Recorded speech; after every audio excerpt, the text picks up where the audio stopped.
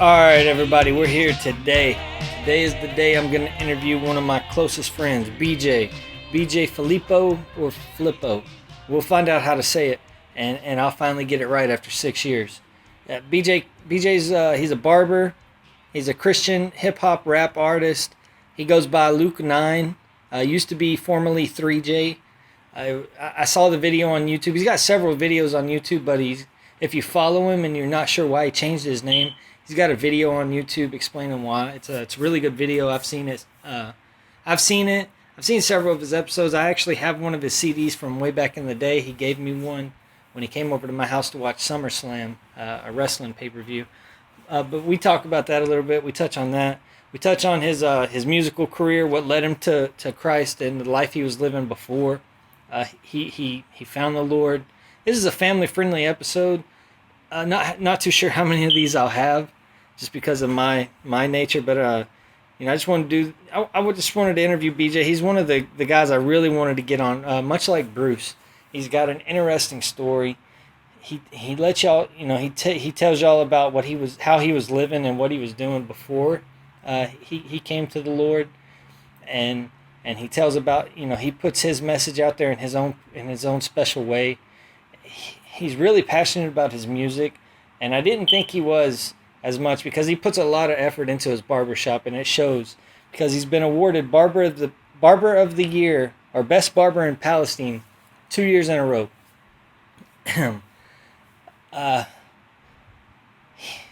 He's a good guy. He's got 2 kids, 2 3/4. He's got one on the way. It's due by the end of May. So when y'all are hearing this, probably have 2 weeks left to go. So congratulations to BJ and Jordan on y'all's 3rd kid, Cameron. What else? I'm also going to interview my cousin David. I apologize now in advance. I do not know what's going to be said or what's going to be done. I do know that we're just gonna let it fly. We're gonna have a couple beers, maybe some tequila or some liquor or something, and we're just gonna BS, and we're just gonna tell on ourselves. That's what we're gonna do. We're gonna sit down, and for however long we talk, we're just gonna tell on ourselves. All the stories about what we did when we were younger, that freshman through like 11th grade, before I went to the Army, and all the stuff, all the crazy things we did, all the shenanigans we pulled. So I apologize in advance. Now if you get offended by some of the language, I know how me and him get, so that's why I'm doing this.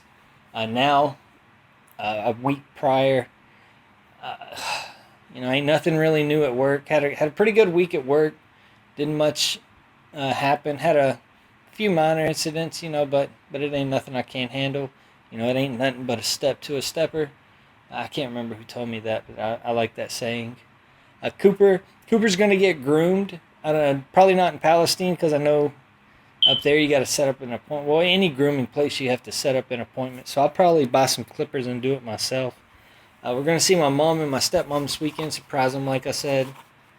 They're going to be real happy to see us. They're going to see my daughter, spend time with them. And we're going to see, the whole family. Got a funeral to go to this weekend. So I'll probably see some family I haven't seen in a while. Catch up with them. What else? What else, Cooper? What else we got to plug? I don't really know. There's not much new going on in my world. Just trying to get this podcast off and running. And I appreciate y'all's support. I really do. Each view, each comment, each email that I get, it makes me that much happier, and it shows that if I just keep working at this, I'll get a bigger audience, and y'all are going to be my day ones, and I really appreciate all that. And with that being said, don't forget to send me your emails, your tips, suggestions, or questions at podcast_Mack at yahoo.com. Like I said, I really want to do, and I'm shooting for episode 10. And if I have to do a live stream on YouTube to get you fuckers to send me an email, and that's the only time I'm going to cuss on this, that's what I'm gonna do. I need y'all to ask me some questions, be it off the wall, political, about sports, about love, about life. If you just want some advice, if you want philosophy, I mean, y'all are gonna see before this is over that I'm not just a dumb redneck, and I know I sound like one. I probably sound like one that's got a nasal congestion, and that's because it's all this damn pollen floating around in the air. As you can hear, my fire alarm's still beeping at me. I'll get that fixed. I probably won't. I don't know who I'm kidding. Just trying to live the life, man. But anyway, since I don't have nothing really else to say, I'm gonna get on with this episode. Here's BJ, everybody. All right, everybody. I'm here with BJ Filippo. How do you say it? Flippo. Okay, we've been saying it wrong for 5 years now, 6 years. BJ is a barber, cosmetology. He went to cosmetology school, but he runs an old school barber shop. He's my age. He owns his own business. He preaches. He does Christian rap, gospel rap. I've known BJ for about 6 years now, since I got out of the Army. He's cut my hair. He's one of the few guys I trust to cut my hair. Other than him, it's just a Mexican guy in Dallas.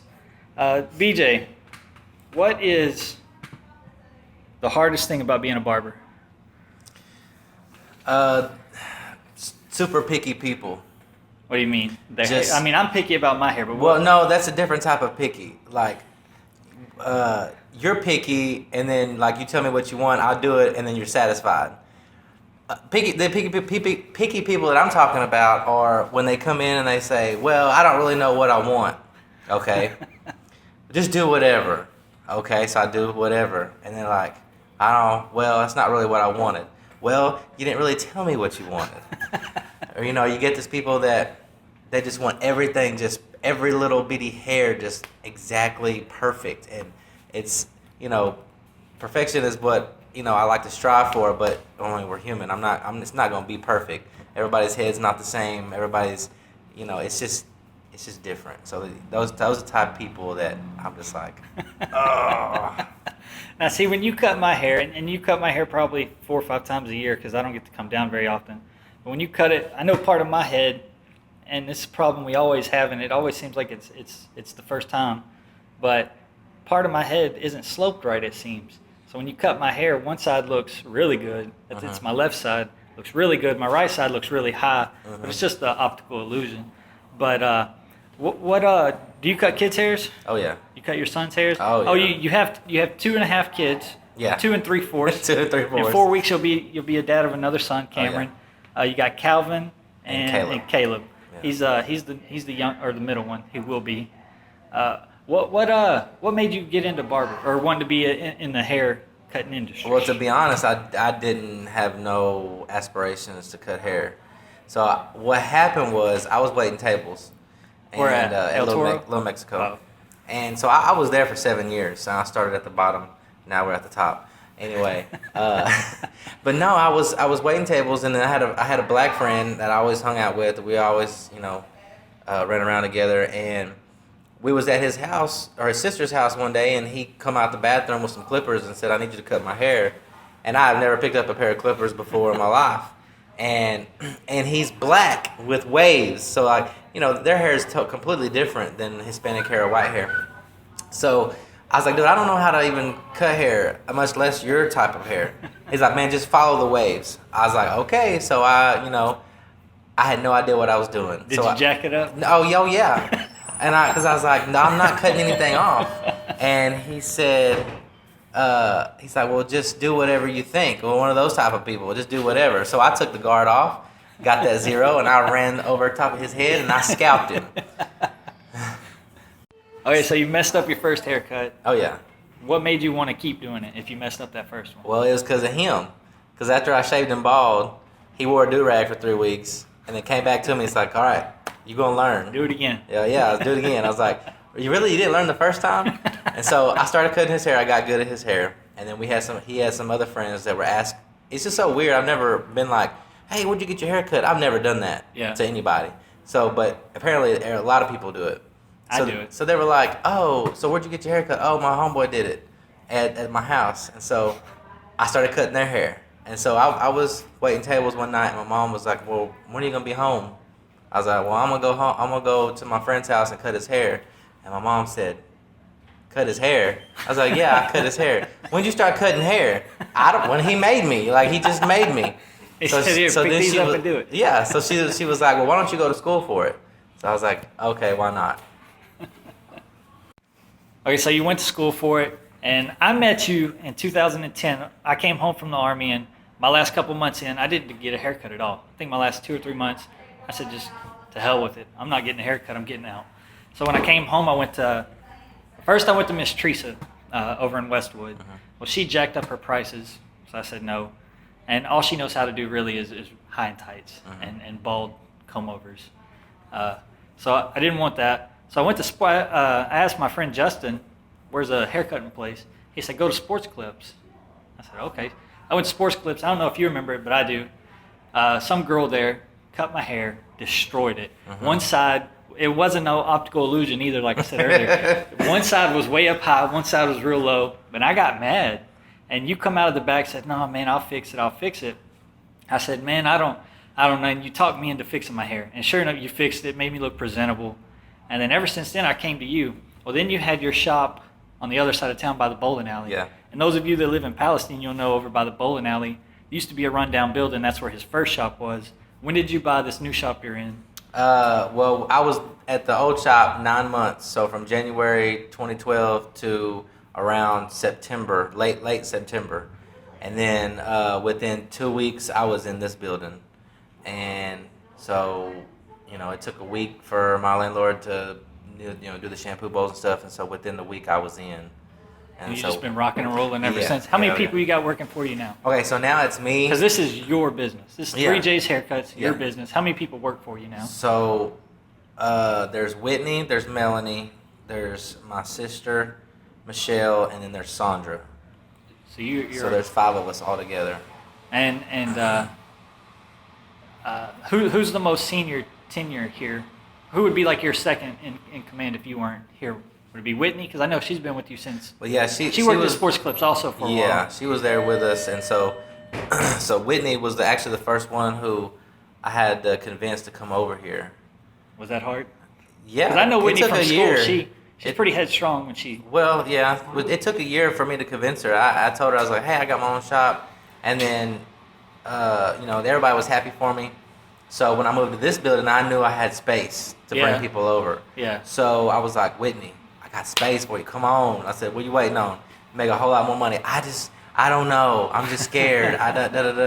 And so I was like, okay. So I was at the gym, left the gym, and I called her, and I was like, "Hey, I need a haircut." And I was like, "Are you there?" She's like, "Yeah." So I went over there real quick, and I sat down, and she looked at me and she said, "Is that opportunity still available?" I said, "Yes, come on, right now. I will go get you a station set up today." She's like, well, hold on. So, so my sister was next. She was working at a shop here in town doing women's hair, and she just couldn't get her clientele built up. And so I was like, "Well, come over here, and I'll teach you how to cut hair and this, that, and the other." So she's been here for a while now, and Sandra came. A pastor's wife was one of her clients, and she came in and she's like, "Hey, have you ever thought about having a lady in here doing women's hair?" I was like, "Well, I got Whitney and my sister." I said, "Not really." I said, I'm open to the idea." And so she was like, this lady that in her church, she's like, "Well, she wants to come over here because she felt like God was wanting her to come over here." And I was like, "Well, come on, let her come talk to me." So she showed up, talked to me, and I was like, "All right, come on." And then Melanie was working at Sport Clips. I've been telling her for a long time. I was like, "Come over here, we'll have space for you." And she was like, I don't know. One of the, same deal with kind of with Whitney. She's like, but her thing was, "I don't know if my clientele will follow me." I was like, "Trust me, they'll follow you." Yeah. They followed me, they followed Whitney, they'll follow you. And so, and then she was pregnant with her daughter, and then so she went on maternity leave.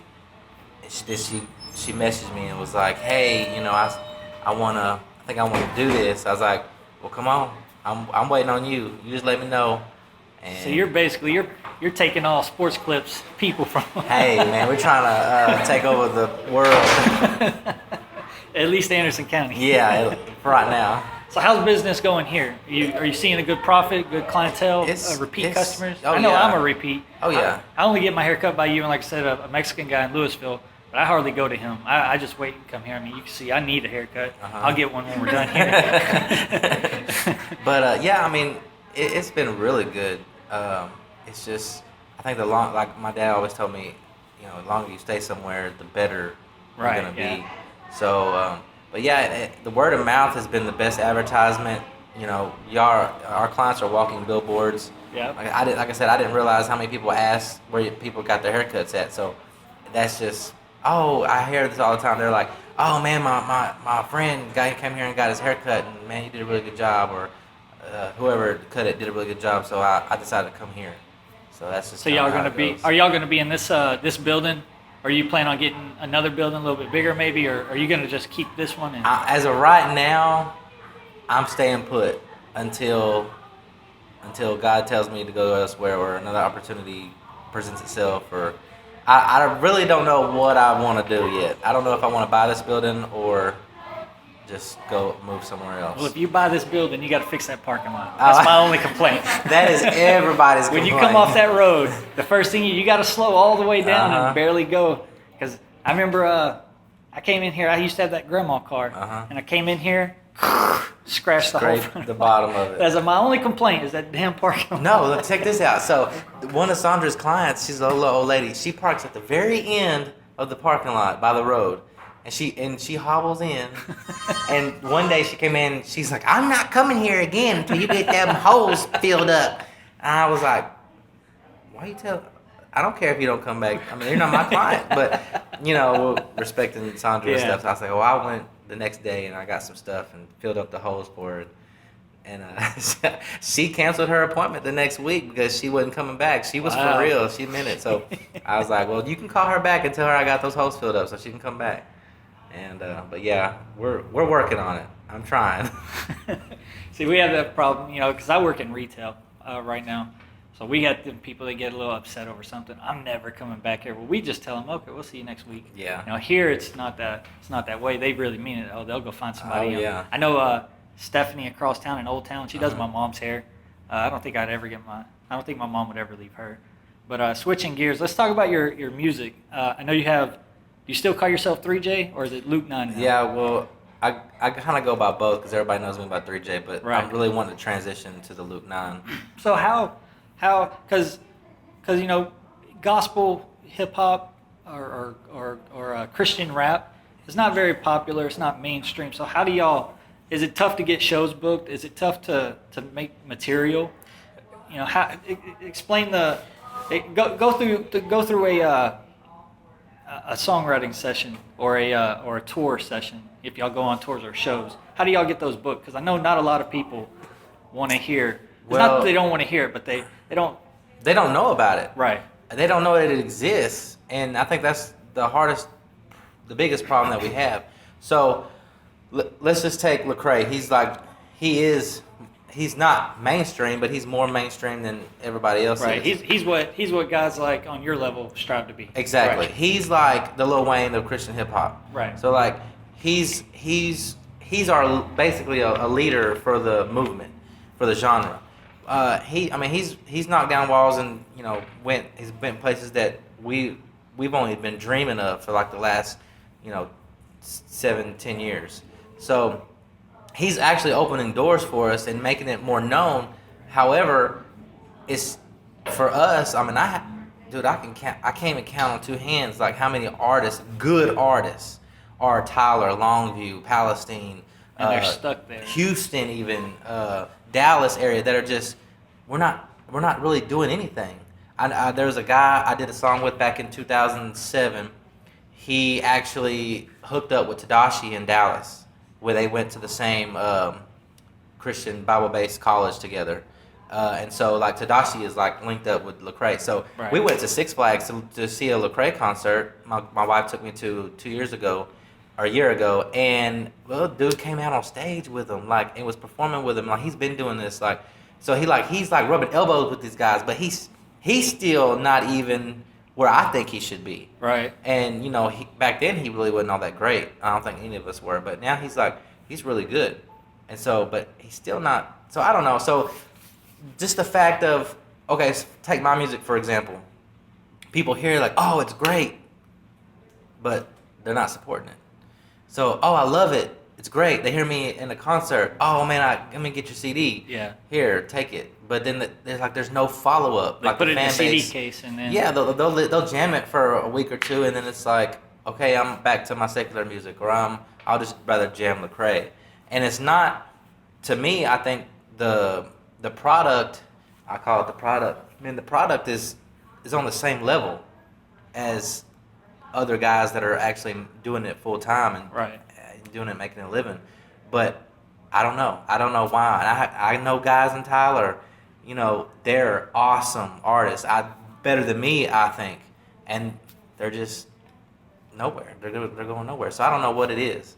So do you think being in a small town like Palestine, and Palestine's not really that small of a town, it's 18, what did the sign say? 18,712 people. I know before the oil field crashed, it was up around 21,000. Yeah. But do you think being in a small town kind of benefits you? Because there's not very many Christian hip-hop rap artists here, so you're kind of, for Palestine, Fairfield, if they want to, if a church wants to kind of get their youth more revived, like an Elkhart or, like Fairfield, Buffalo, whatever. I know there's a church, MCC in Buffalo. They're big on their youth. They want their youth program to be top notch. So do you think it benefits you being so close here in Palestine and kind of being known around here? It should. We're the hub. Do you get those We're kind of opportunities though? Nah, not really. I mean, a couple years ago, I feel like I was doing a show every month, maybe 2 shows a month. But it's like, we're right here in the middle of Houston and Dallas and, right. Tyler, Longview. So yeah. I feel like there should be more opportunities. But then again, and I can't complain because people have asked and they're like, hey, can you come do this and do that and do this, and I'll go. But, I don't think I'm being utilized as much as I should be. Because not only me, I have other connects. Right. Like, I can be like, okay, well, if I did this last year, you don't want me to come back because you want somebody new, hit me up. I can get you somebody that's good. Yeah. But I just... Do you think they're thinking in their mind, oh, this guy's just trying to work us? Does that ever cross your mind? Or do you just say, okay, you don't want me back, that's fine? Yeah, no, I don't know really what it is because I've done free shows. Don't pay me, just give me a love offering. This is my new project I give out for free. Yeah. And it's not because I'm just trying to work the system or just try to do Christian rap because I can make money at it. Right. But I mean I should, I think, but that's not my heart either. Right. So and I don't think that would make the music sound genuine because I remember when you like I said, you came over to my house and we watched SummerSlam or the Royal Rumble together. SummerSlam. Yeah. And you gave me a CD, and I still have that CD. It's just put up. Now, not that I haven't listened to it. Right. But it sounded really, really good. And I don't know where you recorded it, whether it was in a closet. It doesn't matter, really. It was real good content. Everything, it didn't sound distorted at all. And I was, when we first met and you told me about this, I was thinking, oh, this guy's going to take off. He ain't going to be cutting hair very long.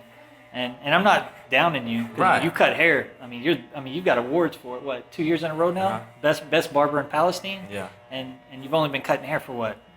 5 years? 6 years? Yeah, Professionally. 6 years. 6 years. Oh wow. So that's real good. I mean, look at your picture up there. You got the Paul Wall look going. Yeah, I know. Everybody makes fun of that picture. When are you gonna get that? I'm not changing it because it's a conversation piece. Now everybody talks about that picture. I like that picture. Well, I'm gonna tell you how me and my wife met. Mine's kind of long-winded. I met my wife I met her through Jamie Walker. I don't know if you know him. Me and him used to be real tight back when we were in school. Well, he moved to Washington. When he moved back to Palestine, he said, "Man, you got to meet this girl Victoria. She's bomb." She's the bee's knees. She's cool. He said some other words I'm not gonna say. But, she's really cool. And I was like, man, she's in Washington. I'm 17. I'm about to go into the Army. I ain't trying to all that. I ain't trying to hear that.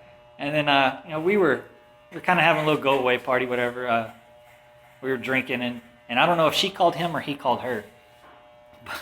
But he goes, here, she wants to talk to you. I said, who's she? Victoria, man. I'm lit. Yeah. Apparently we talked for like 4.5 hours. I don't remember a single thing. Oh my gosh. And then while I was in North Carolina, she graduated high school. She said, and we had been talking, all this time. And she said, hey, I'm going to Georgia to see my cousin Zach. How far away is Georgia from where you're at? I was like, 8 hours? Well, can I come see you and stay a couple days or whatever, a week with you? I was like, yeah, I live in the barracks though. Yeah. And she said, that's fine. I said, okay, well, I can't afford a plane ticket. I'll buy you a bus ticket. It's only 8 hours. She's like, okay. And this bus station in Fayetteville was ghetto. Oh, man. So I went to pick her up and we got to get out of here. We got to get out of here. So I take her out and say, look, I live in the barracks. I don't, if you're hungry, we can go buy some frozen pizzas and burritos. Yeah. Other than that, because our supply sergeant went AWOL, and my supply sergeant was my squad leader. Well, I got put in charge of our squad, so that meant I was in charge of the supply cage. MREs, I'm gonna take a box or two. You're not gonna miss them. Put them in my room. So she ate MREs and frozen pizzas and burritos for a week. Oh my God. But I almost killed her in a car wreck. Her and my friend Jesse, and I can laugh about it now. And I've told the story to other people, but at the time, after that, she was like, not too sure about this guy, and then we went our separate ways. I was a jerk to her. I matured, and now we're married. She moved back from Washington. We got in contact with each other, and now we're happily married. How did you and your wife meet? Well, we initially met. I was doing a performance for Westwood Middle School. Now, don't laugh. Can't laugh. Hey, the Von Erichs wrestled at Westwood Middle School when my mom was in middle school, and she worked the concession stand, so I'm not laughing. That's awesome. Yeah. So anyway, we were outside. It was in the middle of summer. They was doing their field day, so they asked me to come and rap. So I was on this trailer, great sound system. I was just going after it, and well. Eventually, a lot of the students got up on the trailer with me. Yeah. So, they're dancing and just jumping around. It was so hot, dude.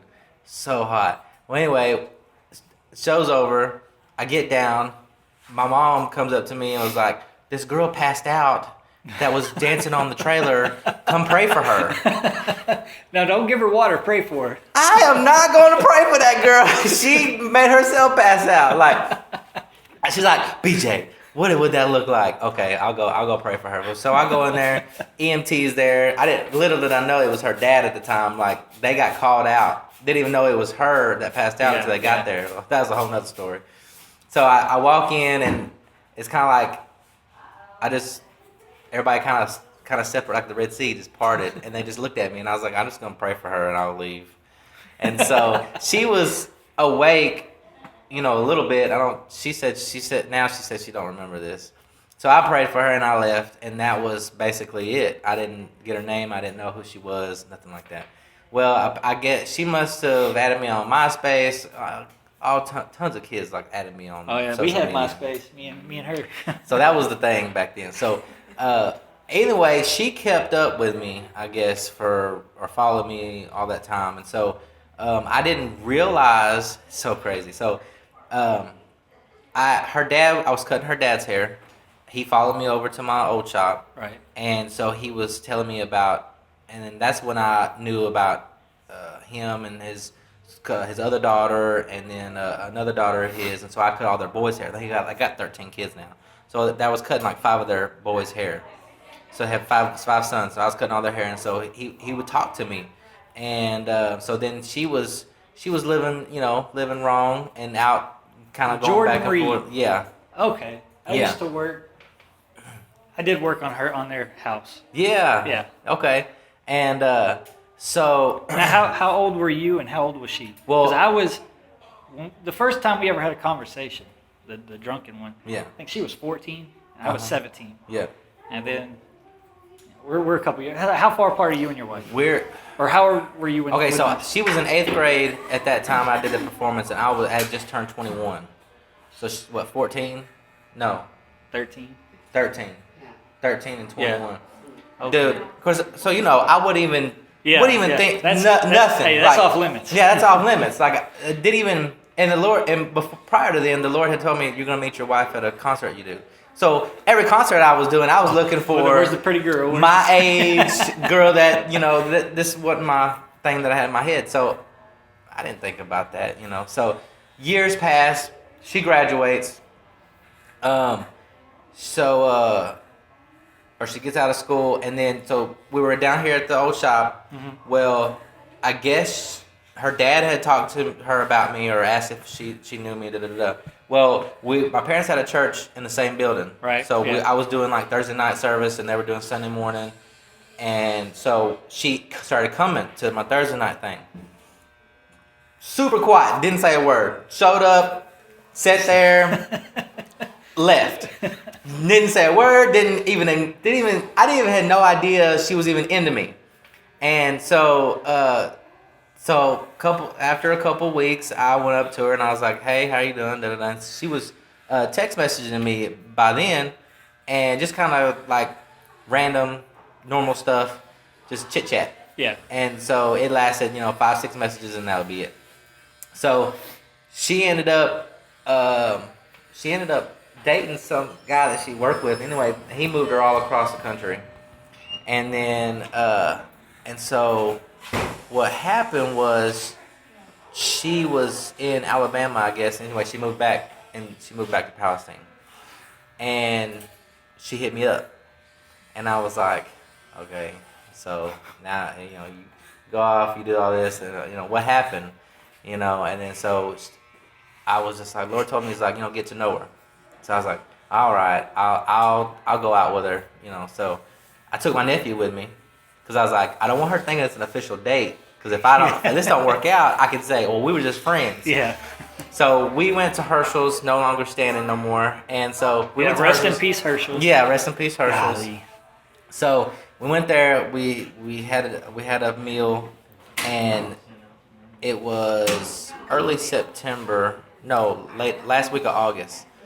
So we hung out that day and then never left each other since. Like we spent every day together, and I think there was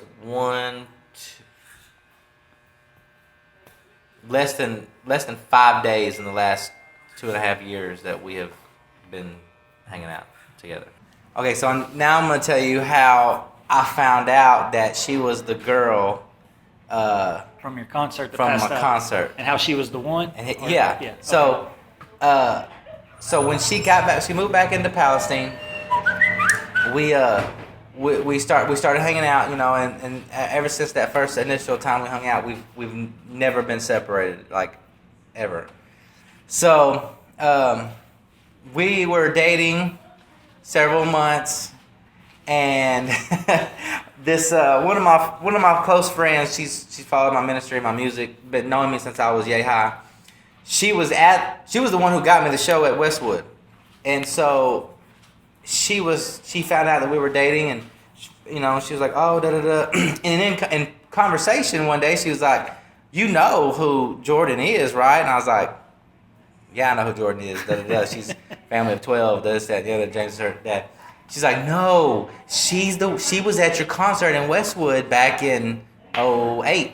I was like, okay, she went to Westwood, of course. I know that. No, she was the one that passed out. And you prayed for her, and I was like, no. So check this out. Almost every show I do, I video it. Right. So I have her on video. Passing out. No, not passing out, but I have her on video dancing on the stage. And so I was like, oh my God, I bet she's on video. I go to my computer, I pull up the file, and I'm watching it, and there she is. Bro, she is just dancing her heart out.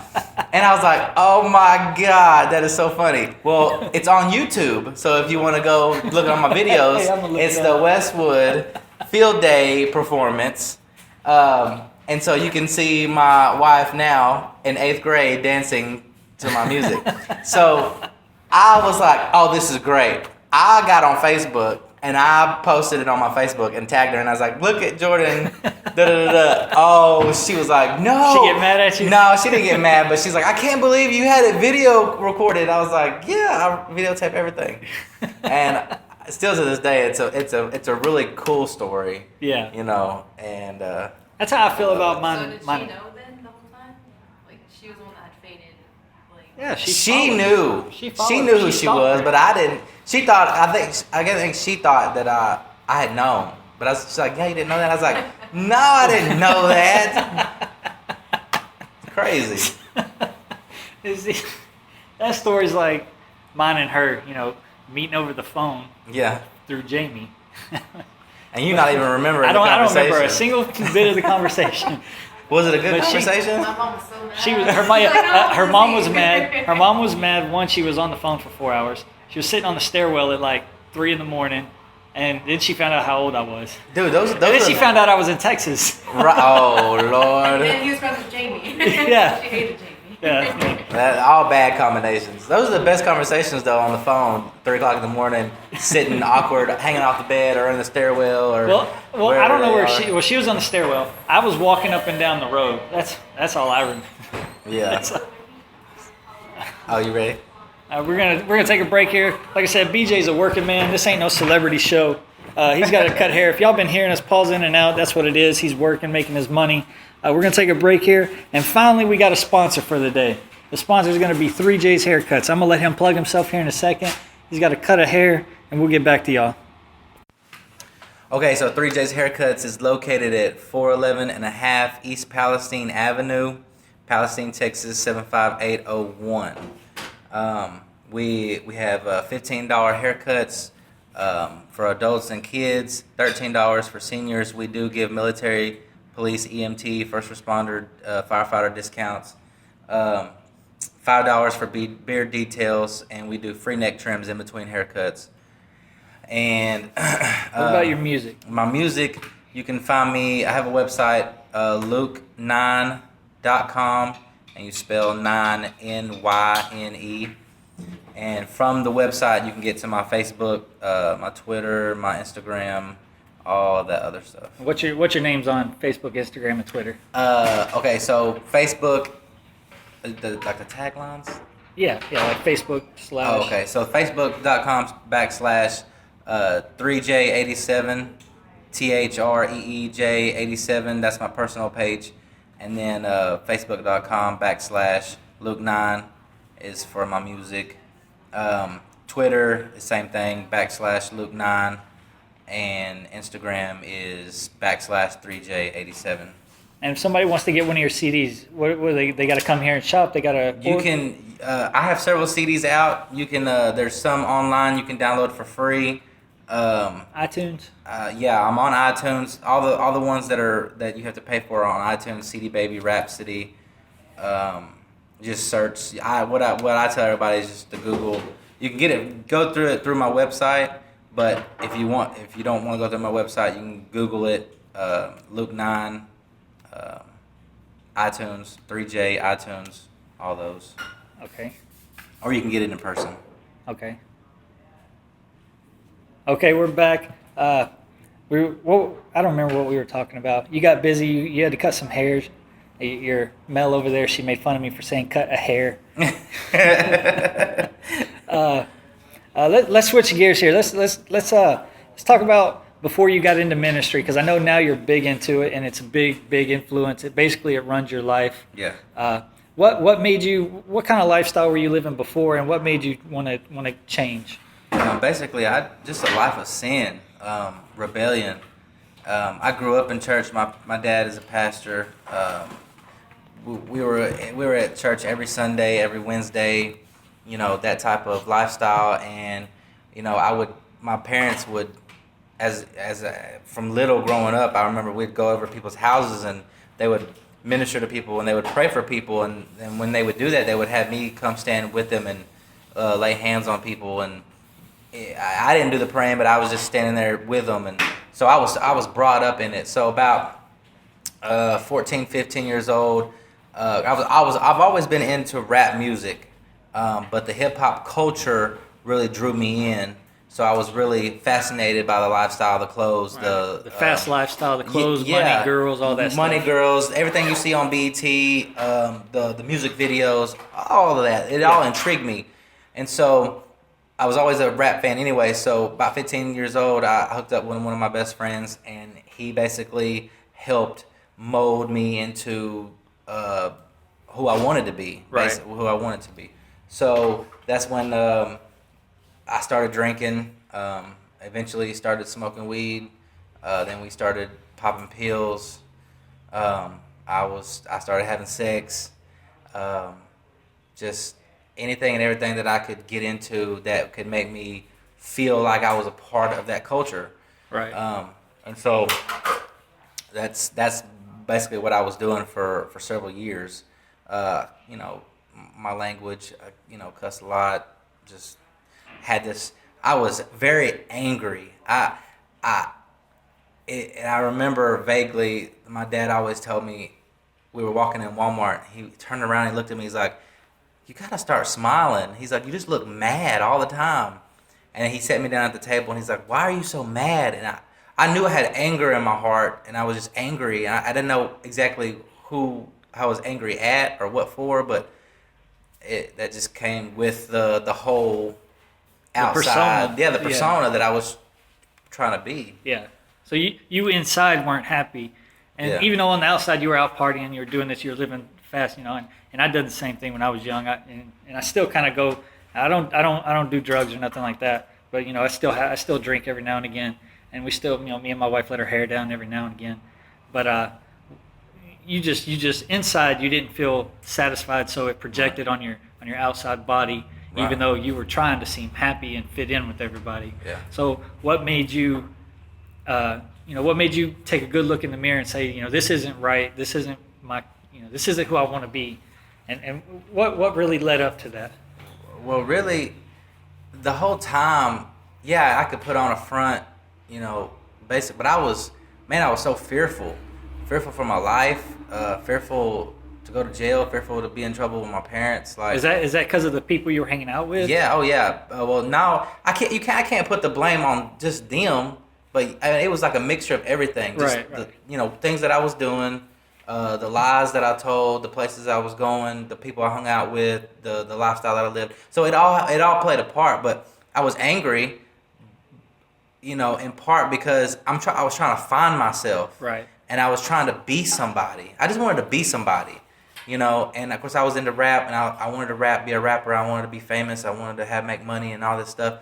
And so I was angry, possibly because I wasn't going anywhere, and then I was fearful for my life because I put myself in dangerous positions. Sitting in the car in some neighborhood, I have no idea where I'm at, rolling weed, and my friend gets paranoid, pulls a gun out on me, think I'm trying to set him up.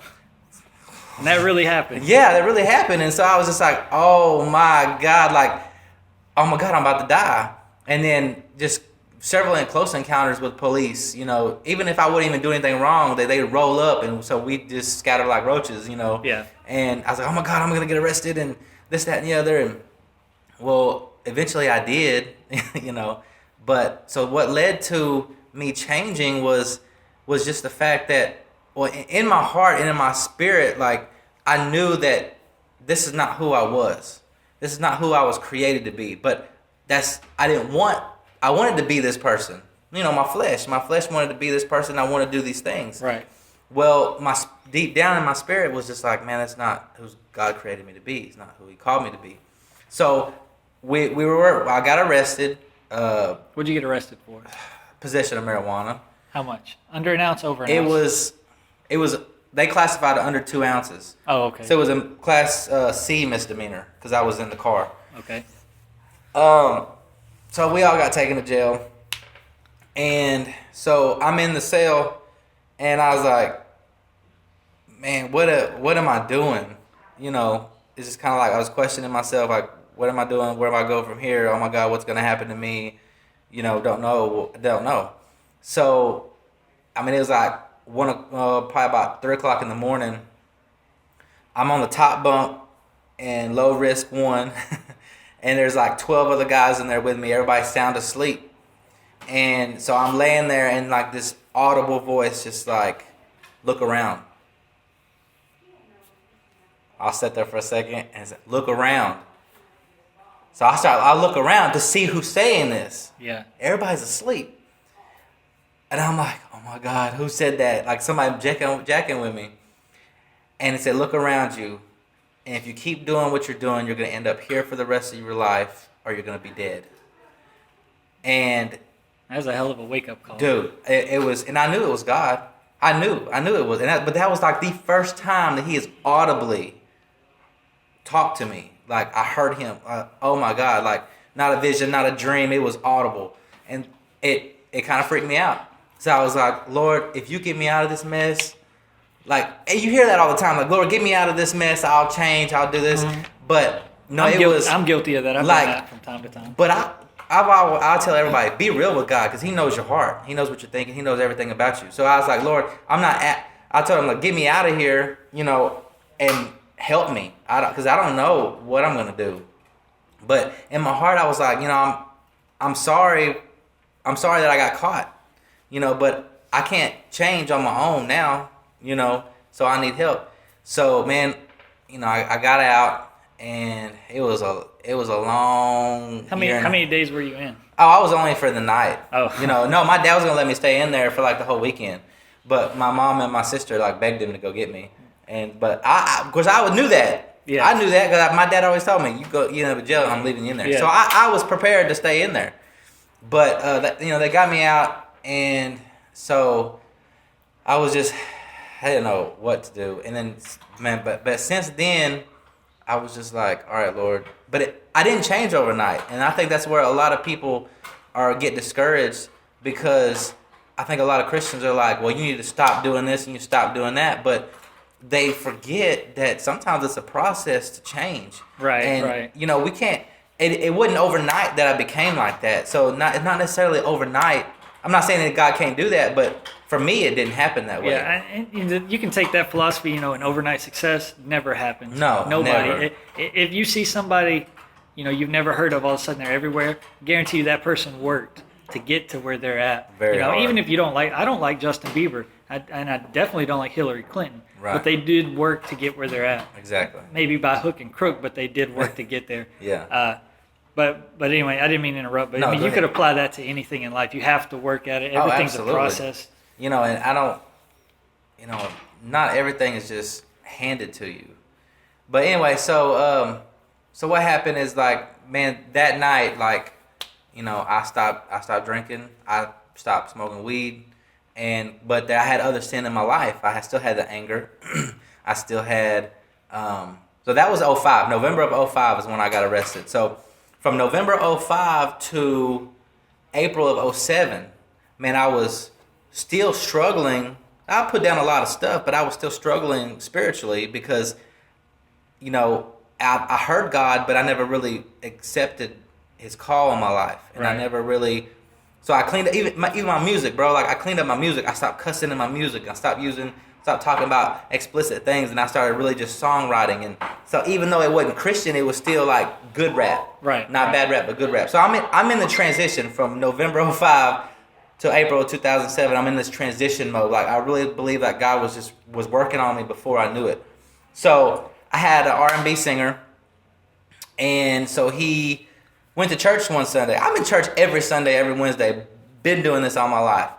So he calls me. He went to church. He calls me Sunday afternoon. He's like, man, bro, I got to talk to you. I was like, what's up? Man, we don't need to be doing this music the way we've been doing it. I was like, we're not doing anything wrong. Yeah. I said, my parents even support me now. Like, they like my music. So I was like, well, come talk to my dad tonight, and, we'll work all this stuff out. So I was like, well, on the phone, I was like, well, come out there and talk to me. And he's like, man, we just need to be doing it for God. He gave us his talent. He gave us his gift. We need to be doing it for him. And I was like, okay, whatever. We'll come out here and talk to us.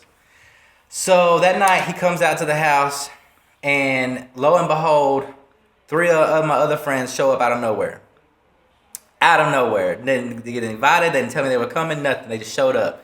So we're sitting there in my kitchen talking to my dad, and I was like, tell them that what we're doing is not wrong. It's not bad. You know, I was like, we're not, you know, saying this stuff and doing all this stuff. He's like, well, what are you? He looked at my friend. He's like, what are you wanting to do? He goes, I want to do it for God.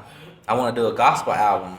And I was like, back in my mind, I'm just like, yeah, right. Yeah. You do a gospel that's album. That's not gonna make no. Yeah, money. and I was very judgmental toward him. Right. You know, and even everybody at the table, because I was like, dude, none of us are living Christian lives, and like we all know this. Yeah. You know, so like, why are y'all wanting to do a gospel album? Y'all ain't even living right.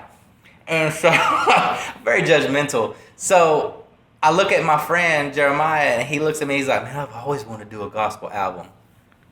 Bro, I didn't even know that you even believed in God. Like, that's the type of, I mean, we were good friends, but I didn't know that about him. Right. I didn't know he come from the same type of household that I did, like Christian parents, praying parents. Like, I didn't know that.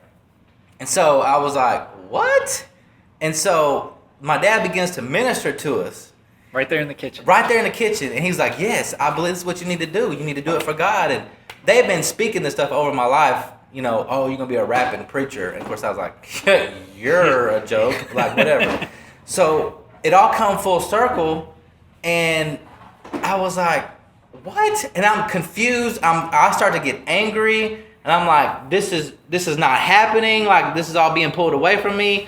Like, felt like an intervention to you? Exactly. It's exactly what it felt like. And I was like, where did you come from? You're not supposed to be siding with them.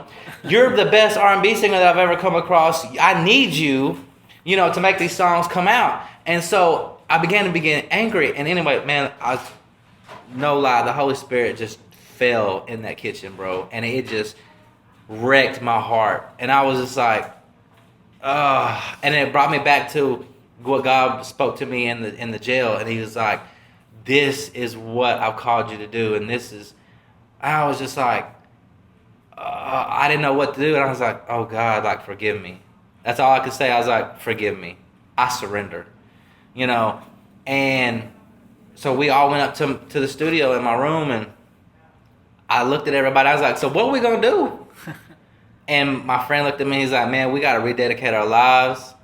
And if we're not saved, we need to get saved. And we need to, not just the music has to change, but our lives have to change. And I was like, I'm in. And from that day forward, everybody was there except for one of my friends. And, you know, I still minister to him to this day, and we're still good friends, but, you know, he's still chasing that lifestyle and that music. But yeah, man, and even though me and Jeremiah there for a while, some of the other guys fell off. Anyway, they got back on, so we're all still in the ministry now. We're all still doing gospel music, and are these the same guys that do your shows with you, like you did on the 29th? Yeah, well, Jeremiah was with me that show, and then the R&B singer, he actually has a group. They do like a gospel singing, more gospel, not R&B, nothing like that. Yeah, or songs of their own. Yeah, kind of like inspirational type stuff like that. So, but yeah, so that's where we're at, and I just want to go ahead and put it out there that even though that 2007 we rededicated our lives, it doesn't mean we became perfect. Right. Nobody's perfect. It means that we accepted our call, and then we just strive to do the best that we can. We follow God to the best of our ability, because, you know, we can't do it on our own. We have to have Him. Right. And the Holy Spirit is just leading and guiding and teaching us along the way. So. Okay, I want to ask you one other question before you got to cut another guy's hair. Like I said, BJ's a working man. Everybody in this shop's working. Whitney's here. She's on her second kid, about to pop that baby out. Now, you mentioned this to me a while back, and I brought it up before we started recording. You were jumped. Oh, yeah. What happened there? What was your mindset during this whole thing? Well, I was a senior in high school. I like to run my mouth a lot, and what happened was I ran my mouth to this guy had this girl. Well, this girl liked me, Anyway, I didn't like her like that. Yeah. And I'm just gonna do a rundown real quick. So anyway, I was like, I don't like you, just to get away from me. You told her off. Yeah, I told her Not off. interested in you. So, and then she was like, well, I'm just gonna da-da-da-da, and brought up this other guy's name. And I was like, I don't give a crap what you do. And I just started saying everything I had to say about him. Yeah. Well, the next day she calls me with his friend on three-way, and it's like, what did you say about him again? And I knew I was getting set up. So Did you know you were on three-way? I thought he was on the phone. Oh. No, I didn't know. I had a feeling, Yeah. I was on three-way, but I thought it was him on the phone. It turned out to be one of his friends that she was messing around with. Anyway, so I was like, I don't care. I said everything I had to say again because I thought it was him on the phone. Well, she hung up. And anyway, so a couple weeks later, whatever happened, we met at the bowling alley. And he's like, man, I heard all that mess you was talking about. And I was like, everything is all true. I said it. I don't care. I don't like you. You don't like me. I don't like her. It was just that type of situation. And he's like, man, we can handle that. I said, well, let's go handle it then. Like, I'm whatever. Like, I was just ready to fist the cups. Yeah, I was just in that mindset back then. So we went out there and we threw down and, he got the best of me. And so I got up, whatever. Fine, I lost. So what happened was one of his friend and his girlfriend got in my car, stole some jewelry, stole some stuff out of my car. Well, it turned out to be my stuff and one of my friend's stuff. So I was going to let it go. I was like, man, it's Walmart stuff. Yeah. Not even a big deal. I'll go replace it. But my friend was like, no, I'm going back there and getting my stuff. So I was like, oh, Lord, here we go again. I'm ready to fight again because I know this dude's crazy. Yeah. So we go back to the bowling alley. Dude, there's like 30 dudes out here. Yeah, I remember the bowling alley used to be Just a hot spot. If you wanted to fight, you'd go to the bowling alley. So we walk in. I'm just posted up like this. Like, I'm kind of embarrassed. Arms crossed. Yeah, I've got my prize hurt a little bit. So it's whatever, though. He walks in and he said, which one of y'all, pointed at everybody, everybody. Like, which one of y'all MFers stole our stuff? I was like, oh God, he is really crazy. One of the biggest dudes out there, walked up to him and he's like, I did. What you gonna do about it? He's like, well, his girlfriend had my chain on. And he was like, I tell you what I'm gonna do. We're gonna go back out here to this place that we just left. I'm gonna whoop you, and I'm gonna take that off your little. And he was just cussing everybody out, saying what he's gonna do to all of them. And I was like, oh God, I'm gonna die tonight. So he was like, come on, let's go. So we all piled up in the cars, go back to where we were, get out the car. My friend hops out there, he the first one out there. I was like, well, you gonna fight, cause you running your mouth. I got my tail whooped because I run my mouth. You gonna get out there and do it yourself. And so he goes out there, and he's standing out there, and the biggest, he is like twice his size, dude, twice his size. And I was like, my friend's gonna get killed. So dude walks up, he's like, he said, you the one that called my girlfriend a B word? He's like, yeah, ever, and just three-pieced him, just laid him out. Your friend laid my friend laid him out, and I was like, my jaw hit the floor. Oh, hell broke loose, dude. So there's people running my friend. So I run in there, and so I went to go help him. So this one guy grabs me. We start going at it. We just back and forth, back and forth, back and forth. Then next thing I know, I get hit in the back of the head. I think it was a fist, but somebody later told me that he had a rock. But anyway, all I know was everything went white. I thought you get knocked out if they went black. No, it went white. I hit the ground face first. So immediately survival mode kicks in. I'm like, oh my God, I'm getting jumped. I start crawling backwards. And I'm like protecting, because I was real vain. I don't want my face getting hurt. Yeah. So I was like, you're going to hit me in my face, don't, whatever. But I'm going to back up. So I'm backing up, and I can't see, dude. I'm blind. Like, just white. He hit me that hard. And I was like, oh my God. So I get up and I'm feeling around, making sure nobody's, waiting to whoop up on me. So I'm like this, and then so I drop down to a knee, and I'm like trying to get my eyesight back, and then finally everything comes into focus, everything I can start seeing again. I look up, dude standing right over me, and just boom, dots me, busting my nose, black both of my eyes, bro. I'm out. I'm just like, okay, I'm done. Okay, like get away from me. I'm done. So they I see the dude walk out around from behind me, the dude that hit me. So they walk back to their cars, and thank God they didn't keep whooping up on me. Yeah, it could have turned real bad. Oh, it would have been real bad. So I go to get up, and I look, and my friend's over there on his hands and knees, finna get up.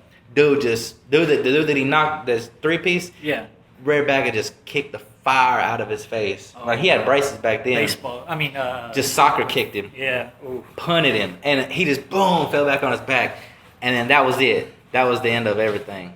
And they all piled up, and they all left, and we didn't get our stuff back. But I wouldn't have worried about it at that but point. I got the brunt of it. Like the first fight, dude didn't even touch my face. Like he tripped me, got on top of me, hit the back of my head. That was the end of the fight. Yeah.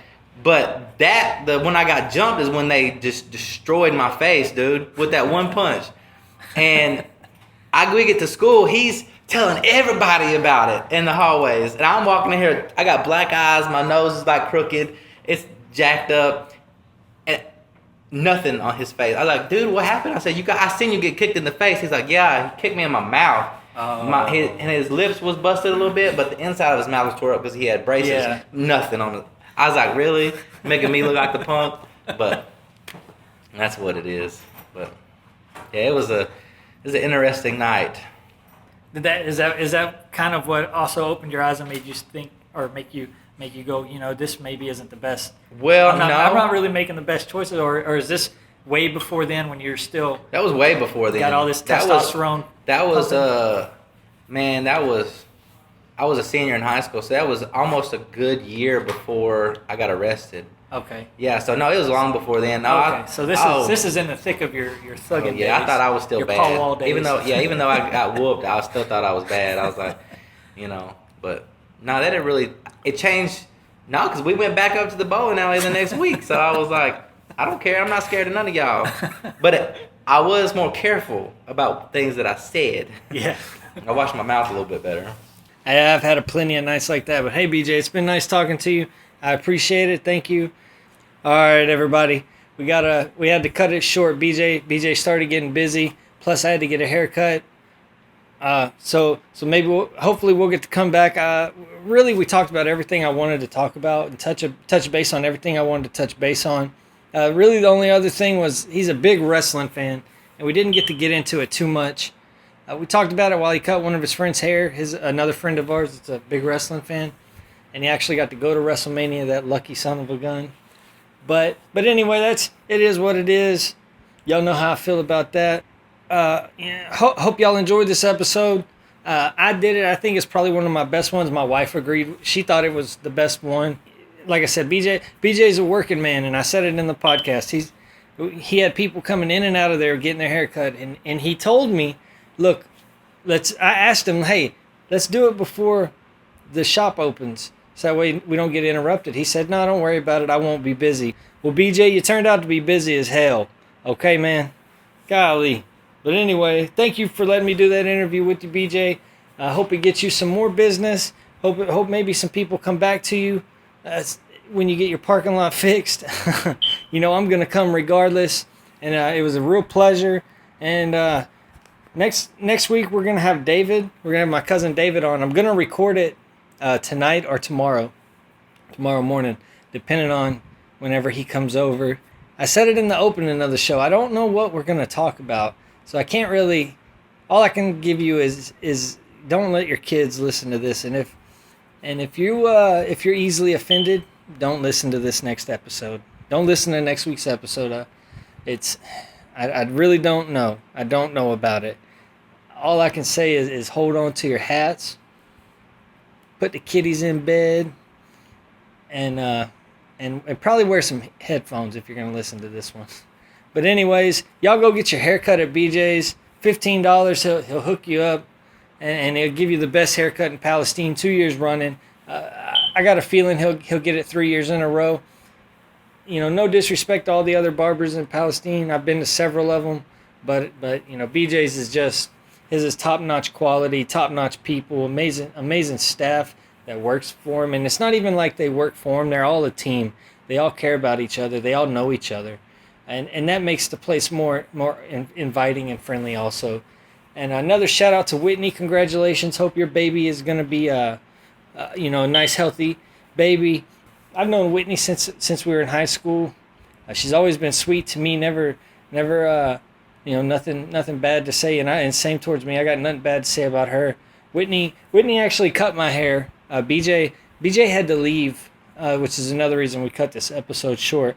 BJ had an emergency. His wife fell, but she's good now. Everything's good. The baby's safe, and that's the most important thing. Family first. But BJ didn't get to cut my hair, but that's okay. Whitney cut my hair. She's probably the only female I trust with my hair, and I'll tell you why. The very first female to ever cut my hair was Miss Teresa, and I was a little kid, so I really didn't have much of an opinion about it, but I really didn't like it.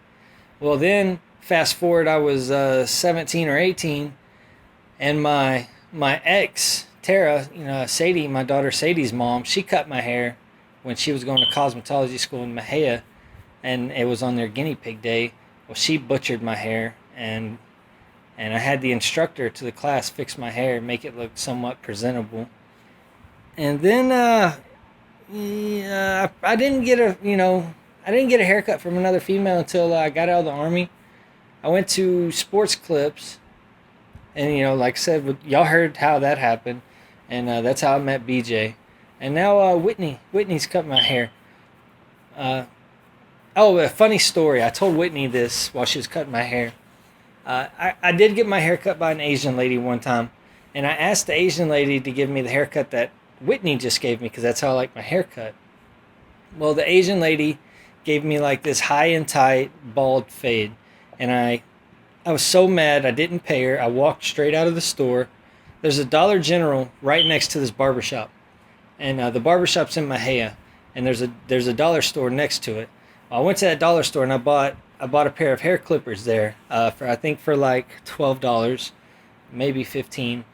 But I went home, and that day I shaved my head bald, and that was probably the first time I've been bald in 5 years. Besides here recently, whenever me and my wife were going to be Vikings for Halloween, but then we had to work, so we couldn't go to the Halloween party. So I was stuck with a goofy haircut, so I just shaved my head then. But yeah, the Asian lady butchered my hair, and I told Whitney that story, and she told me not to worry about it. I'm in good hands. So Whitney, I trust her with my hair. BJ, I trust him. I don't know about Mel. She has never cut my hair. No, I'm just joking, Mel. You're a pretty good stylist if you work for BJ. I know he only hires the best. So I hope y'all enjoyed this episode, and like I said, be on the lookout for next week's. Hide the kids, hide your wives. All right, y'all. Peace.